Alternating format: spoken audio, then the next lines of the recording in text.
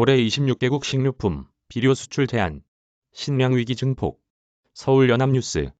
김계환 기자. 러시아의 우크라이나 침공 이후 농산물 수출 제한에 나서는 국가들이 속출하면서 세계 식량 위기, 식품 인플레이션 우려가 커지고 있다고 월스트리트 저널이 25일 진단했다.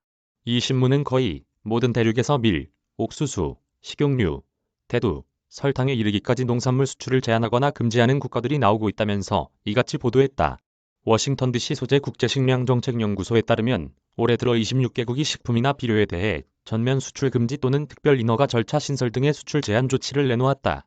이는 세계적으로 식량 위기가 극심했던 2008년 한 해 동안의 33개국에 육박하는 숫자이며 이 중 23개국은 현재 수출 규제를 지속하는 상태라고 WSJ는 지적했다.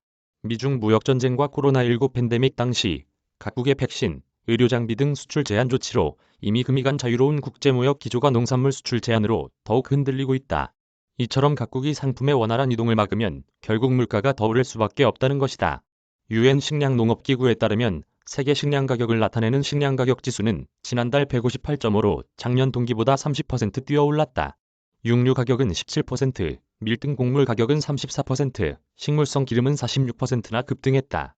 러시아 우크라이나 전쟁이 불러온 원자재 가격 급등세에 맞서 여러 국가는 물가 상승에 따른 국민 분노를 달래고 국내 공급 확대를 위해 식품 수출 제한에 나섰다.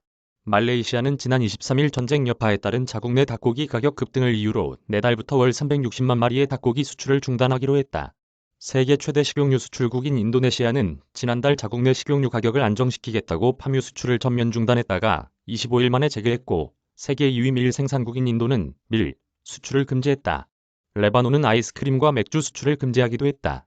경제학자들은 그러나 과거의 경험상 이런 식품 수출 제한은 국제 식품 가격의 추가 상승으로 이어질 뿐이라고 강조했다.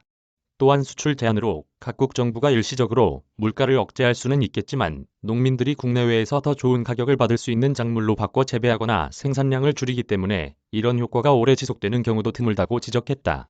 스위스 정크트갈렌 대학의 사이먼 이브넷 교수는 수출 제한에 나선 정부가 근본적인 개선 없이 사정이 나아지는 경험을 할 수도 있지만 매우 단기간에 그칠 것이라면서 결국에는 수출 제한 전과 같은 상황에 직면할 것이라고 밝혔다. WSJ는 대부분의 국가가 식품 수출 제한은 일시적인 조치라고 밝혔고 실제 아르헨티나와 몰도바, 헝가리는 수출 제한 조치를 풀었지만 국제 원자재 가격은 수출 제한으로 인한 상승세를 이어가고 있다고 전했다. 실제 인도네시아가 수출을 제한했던 팜유 가격은 러시아 우크라이나 전쟁 발발 직후인 3월에 고점을 찍은 뒤 하락했다가 최근 들어 다시 오름세를 타고 있다. 팜유 가격은 인도네시아의 수출 제한이 해제됐음에도 이번 주에 톤당 1,426달러로 2.4% 상승했다.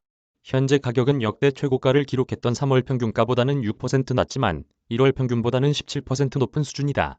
인도네시아 국내 식용유 가격도 1년 전보다 30센트 오른 리터당 1.20달러 선을 나타내고 있다.